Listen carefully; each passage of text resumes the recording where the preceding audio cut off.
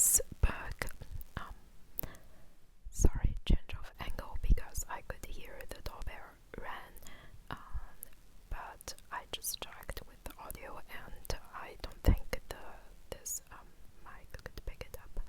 And I'm trying to adjust the quality. I haven't filmed with the Apple mic a lot because the times I tried it, the audio sounded somehow horrible. However, yesterday I watched Grace V's new video and I thought it was so relaxing, so I think I just need to figure out how to properly use it. And anyways, I want to continue talking about the books that I'm reading. The next book I'm reading is Cascade by Karen Slaughter, and Cascade is the second book in the Grand County series. So if you have watched my last wrap-up video, you know that I enjoyed the first book, and this follows another case that is very different from the first. I am almost halfway through this book as well because I started before I go on vacation to my friend's place. Yeah. And also I have been studying, so let me just show you very quickly what I am studying right now. So as I mentioned in my New Year Ramble video, I am studying for my finals for this semester, but also for my board exam, for my second board exam, or known as Staatsexamen in October. This is the website I mentioned for studying for the exam. Basically, you have questions like this that you can take.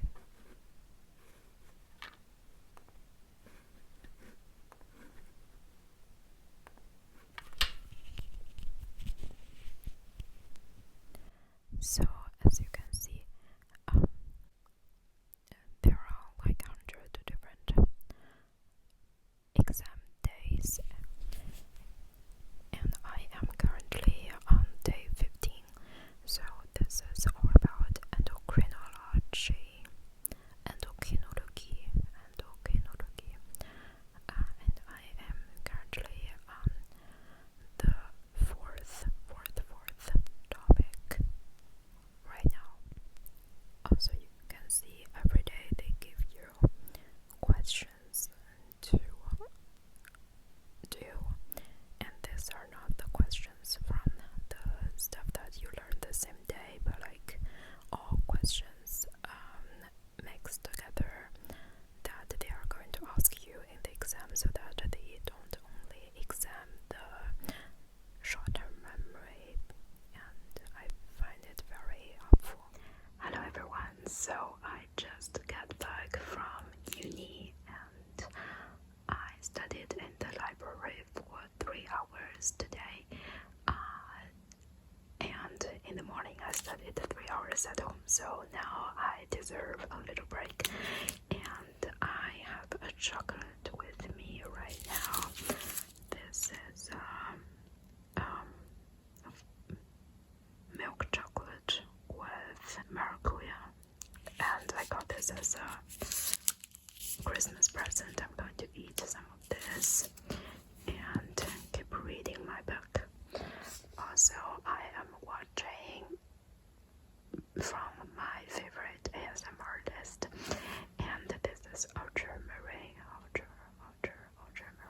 ASMR, who is one of my favorite content creators. Hey guys, so I am at home now, and I am now in bed, as you can see, and I'm reading some papers for my doctorate. So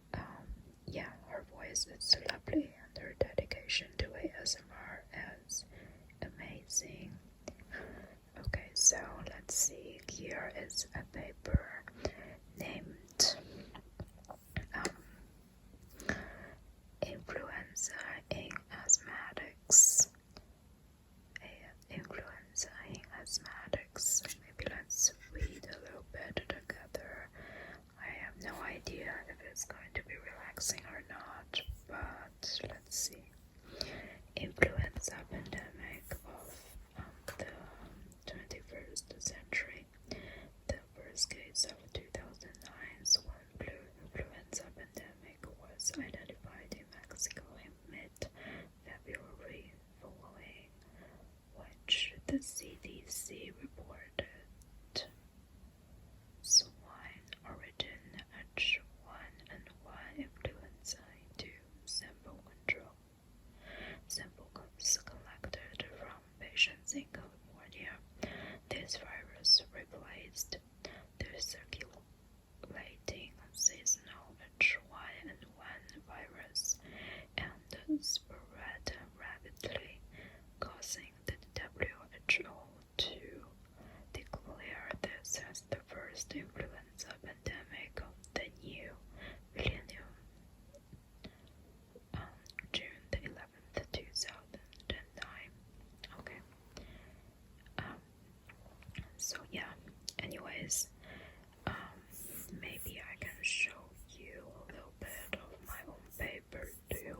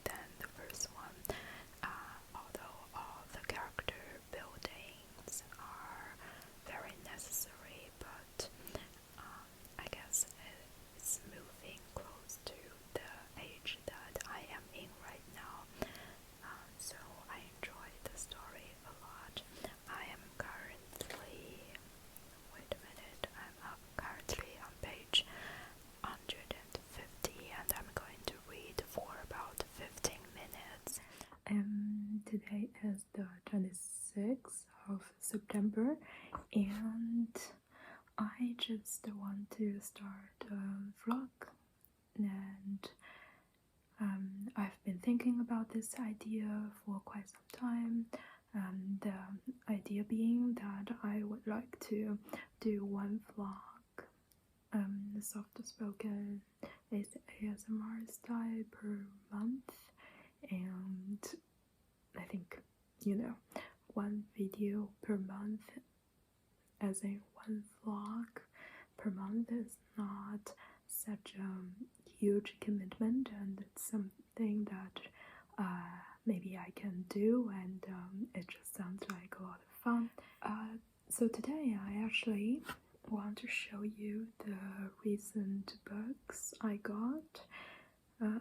What a surprise. So I ordered from the website Medimobs again, and I'll put their names here, so if you live in Germany, check them out. You are also a student or just on budget. I personally love to buy secondhand books, because little story, one time when I was like in elementary school in China, we have a school library, and actually every class, every student has like a mandatory reading time, and everybody should borrow 2 books a week or something like that. It's just a collection of children's books and science books for children, but also books like Lord of the Rings or abridged versions of a lot of the classics, which is really interesting. I find it interesting how they translated so many Western classics into Chinese, but like in a abridged version for kids. But I remembered very clearly that the books are so well loved, because there are many books, but considering there are like 6, like grade 1 to 6, and everyone practically borrows books from there once a week, so the books are very, very well loved, and I guess that's where my love for books that are very well read come from. So enough rambling, I'm just going to show you the book. So by the way, I got all of them, 6 books in total, for 18 euros, so I think that's pretty good. So the first book is The Woman in Cabinton, and it kind of matches my top, but I have this book on my mind for like maybe 2-3 years now, and I didn't got it because somehow I didn't want to pay 10 euros for a detective novel, but yeah, I got it probably for 3 euros or something on their website, and I will just read the introduction to you, which hopefully is here somewhere, because it's annoyingly not written on the back. Okay, now I find it. So, introduction. From the New York Times best-selling author of In a Dark, Dark Wood comes another riveting thriller filled with twists and turns. Travel journalist Lo Blacklock has just given the assignment of a lifetime to travel the North Sea on the inaugural voyage of the Aurora, a luxury cruise ship. Between the plush cabins, elegant guests, and the sparkling dinner parties, Lo's trip is nothing short of amazing. But as the week progresses, Lo hears what can only be described as a nightmare. a woman in the cabin next to her being thrown overboard. The problem? None of the passengers on deck are missing, so the ship continues sailing as if nothing has happened, despite Lowe's increasingly desperate attempts to raise the alarm. Filled with surprising twists and turns, the woman in Cabinton proves once again the Ruthwell is writer at the top of her game. So I think the cover is really beautiful, and it has this texture. I'm not sure if you can see that. Looks really like raindrops on a window, so that's pretty cool. And I didn't know too much before I got this book. Somehow I thought it was cabin in the mountain, and it was like on a type of camping site situation, like not camping site, but people living in those cabins in some very remote mountain areas. That was something in my imagination, but yeah, we got this one, and I'm already halfway through it because it's very fast-paced. I'm going to talk about it more in my wrap-ups, but it's fast-paced so far. So the next book we have is this Ready Player One, and I've only heard good things about this book actually so far, and I need to remove this sticker thing first because otherwise I couldn't read you the introduction. So here we go. In the year 2044, reality is an ugly place. The only time teenage Wade Watts really feels alive is when he's ejected into the virtual utopia known as the Oasis.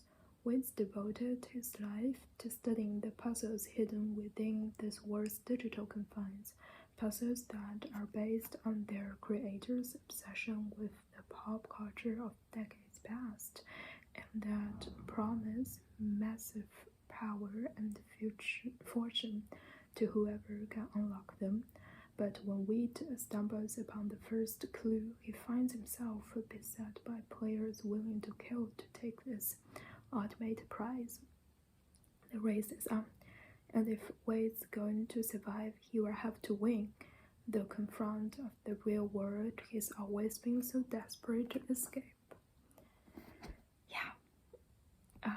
So I'm usually not someone who reads a lot of sci-fi and nor dystopia, but I've heard so many good things about this book, so I want to read it. The next two books are those Miss Reed's books, but I only found German translations, so this is supposed to be about headmistress in a country school, and there are a lot of books about this woman, and it's apparently really heartwarming and just really calming stories to read. So this is just my attempt to read some more lighthearted and heartwarming books, because you will see in a minute other books I've got are more the darker or serious side.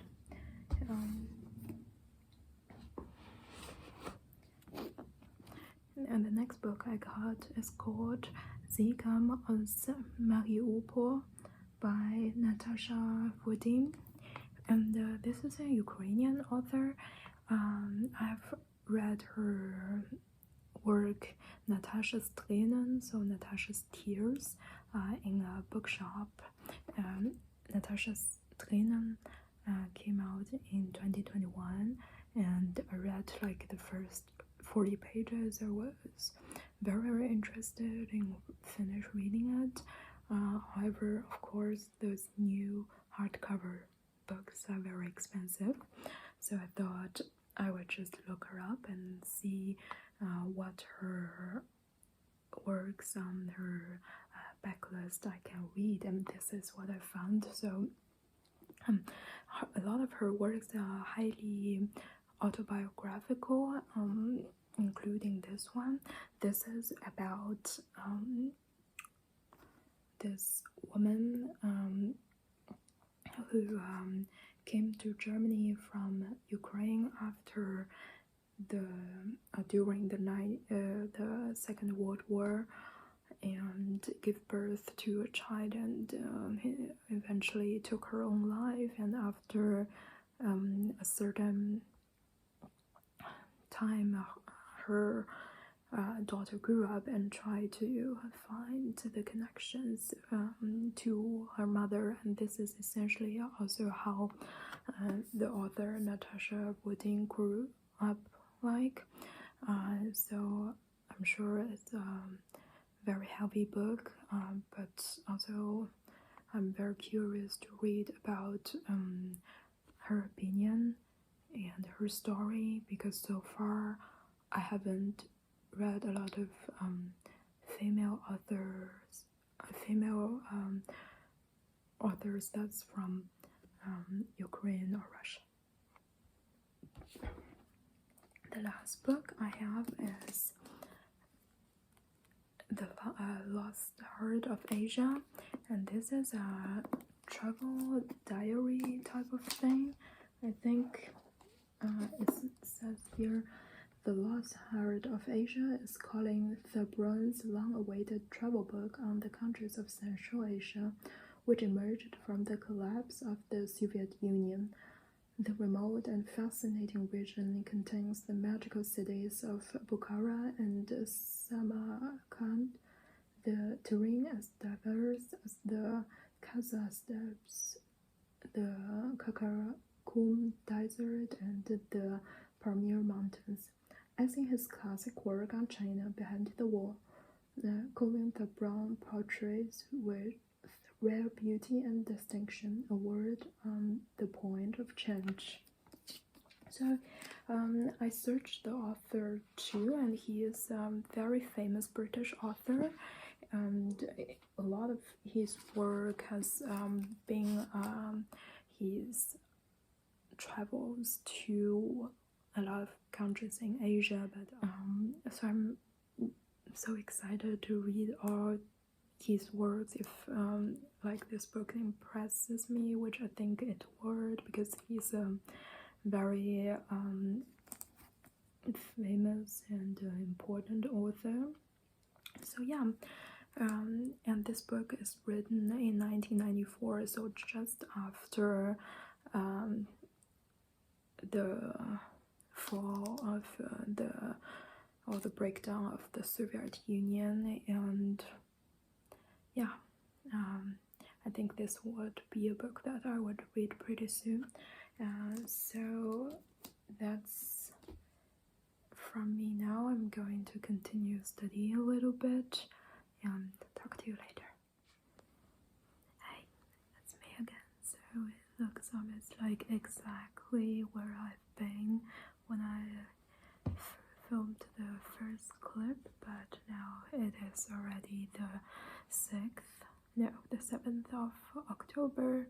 So I still have 5 days till the uni started, and yesterday I have to run some errands in the main uni campus, because our medical school is like on the other side of the city and the main campus is on the other side. So I went there and I got 2 books that I'm going to show you in a minute. Otherwise, I have already done a workout today. It is I think 40 minutes workout by Fitness KK, and I also did like a stretch, 10 minutes stretch workout with Pamela Live, and 20 minutes yoga with Boho Beautiful. So I'm really happy. Today is also the last day of stats exam for this year, so we are going to pick up like my friends who did the exam this year, so we're going to meet up at I think 1:30 because their exams finished at 2. So then we are going to take the tram and pick them up, and then we will go back to this, how do you call it in English, Studentenclub, so like this club thing inside the uni. And I think we are just going to sit there and chill and talk, and afterwards it will be like dinner that I want to go with some of my close friends too. And then I think in the club there would be party too this evening, but because of the whole COVID situation, I think they posted something in the group that we need to sign up, and I didn't do that, so I don't know if we're going to the club later or not. Anyways, before I go, I still want to clean up the house, you know, just get ready for the new semester, stuff like that. But that's actually it. There are so many things to do, like so many small things to do, and it's always a bit overwhelming for me if I have so many things on my list. But yeah, the 2 books I got, this one called Hunting and Gathering by Anna Cavada. So what it's about, it says on the back, Camille is doing her best to disappear. She barely eats, works at night as a cleaner, and lives in a tiny attic room. Downstairs in a beautiful ornate apartment lives Philippe Maquet de la Dubellière, a shy, erudite upperclassman with an unlikely flatmate in the shape of the foul-mouthed but talented chef, Frank. One freezing evening, Philibert overcomes his excruciating reticence to rescue Camille, unconscious, from her garret and bring her into his home. As she recovers, Camille learns more about Philibert, about Frank and his guilt for his beloved but fragile grandma Paulette, who is all he has left in the world, and about herself. And slowly this curious quartet of misfits all discover the importance of food, friendship, and love. So it sounds like a very comforting read, and I found it in my library. And the thing is, my university is mainly focused on engineering subjects, and it is not very big on, you know, social science or history, literature, stuff like that. So I feel like our selection of literature is really not that much, which is a shame. But still, yeah, you find some good books there from time to time. And interesting enough, this is actually just the English version of this book, which I got 2 years ago to try to read in French, and failed completely. So now I'm just reading those 2 books side by side. It's the same book, but like in French and in English. And then I also got James Joyce's Portrait of the Artist as a Young Man. And yesterday I had some really good reading time. I was reading in a cafe, and the atmosphere of that cafe is like really, really nice. But the problem is, they are also doing event, like sometimes a big family of 20 people would come, and there would be kids, so then it will be very loud. So it all just always depends if you catch a good day when it's a little bit quieter, or is it just too loud. So that's why even the atmosphere was pretty nice. I still didn't go there very often, but yesterday I did, and I read the first 40 pages of this book. And because James Joyce is so famous for his Ulysses, and I do not think in the near future I would be motivated enough to read such a big and complicated book, so I thought I would just start with this one. And thank God there's notes on the back.